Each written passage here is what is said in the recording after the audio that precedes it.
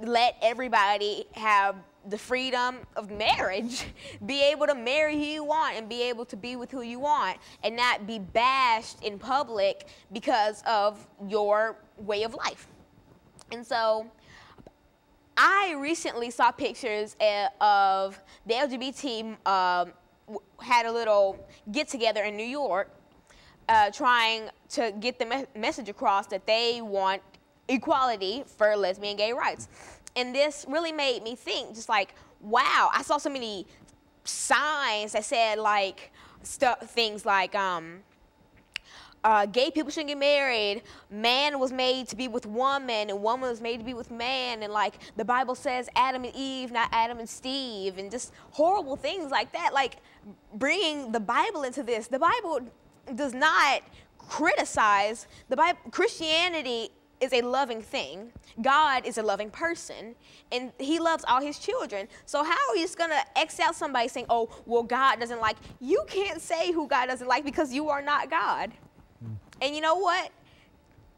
You just leave that alone and let people be who they want to be. And so I think that it's really heartbreaking how so many people can be so ignorant just because of something they don't know. And it's also reminded me of the American Civil Rights Movement.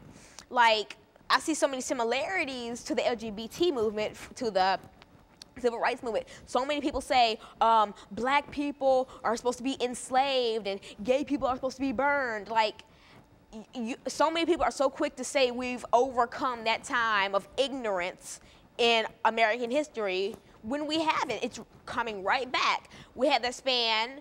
I mean, ignorance is never going away, apparently, even though Martin Luther King did not die for this. He died for rights, human rights.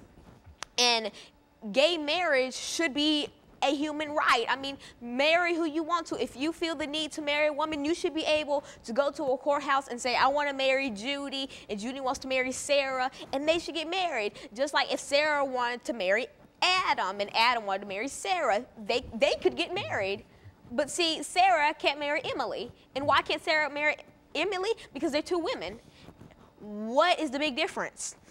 They're still two humans. They're still two members of society. So what's so wrong with being a member of society? What's so wrong with being in love with who you want to be in love with?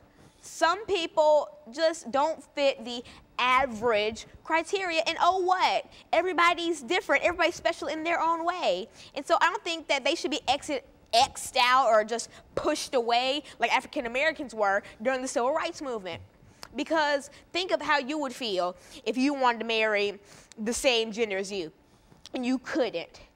That's how black people felt when they wanted to marry white people back in the American Civil Rights Movement. They couldn't. You know, I think there's an interesting item here that we'd like to sort of bring in, because I think you've mentioned the Stonewall riots, and you've also made some kind of comparison to the same riots in California at the time, the LA riots at the same time, and I think that most people don't understand. Well, why don't you talk about that?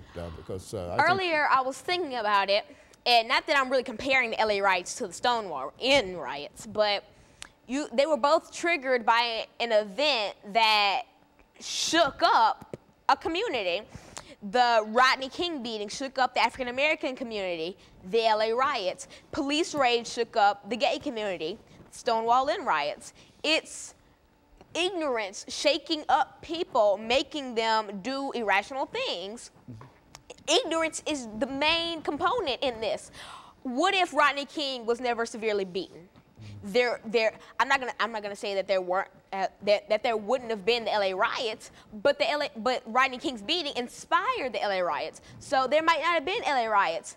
That's just like me trying to say if Adolf Hitler was never born, there wouldn't have been a Holocaust. There could have been somebody other than Hitler who could have inspired a thing like the Holocaust. We'll never know.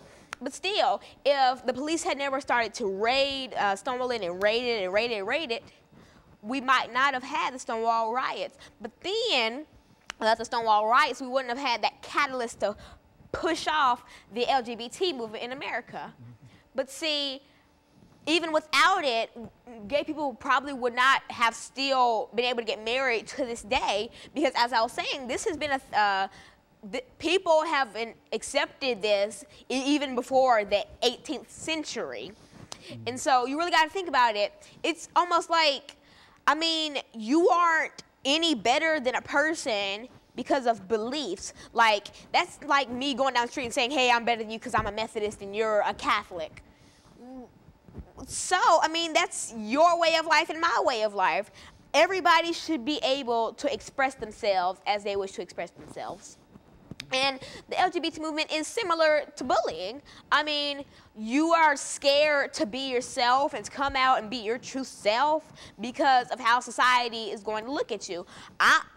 I used to be scared to do so-and-so. I'd be scared to speak out in class or have elaborate answers to questions because I'd see my classmates just glare at me and say, wow, she's so-and-so and so-and-so. But then I overcame that. I'm proud of who I am.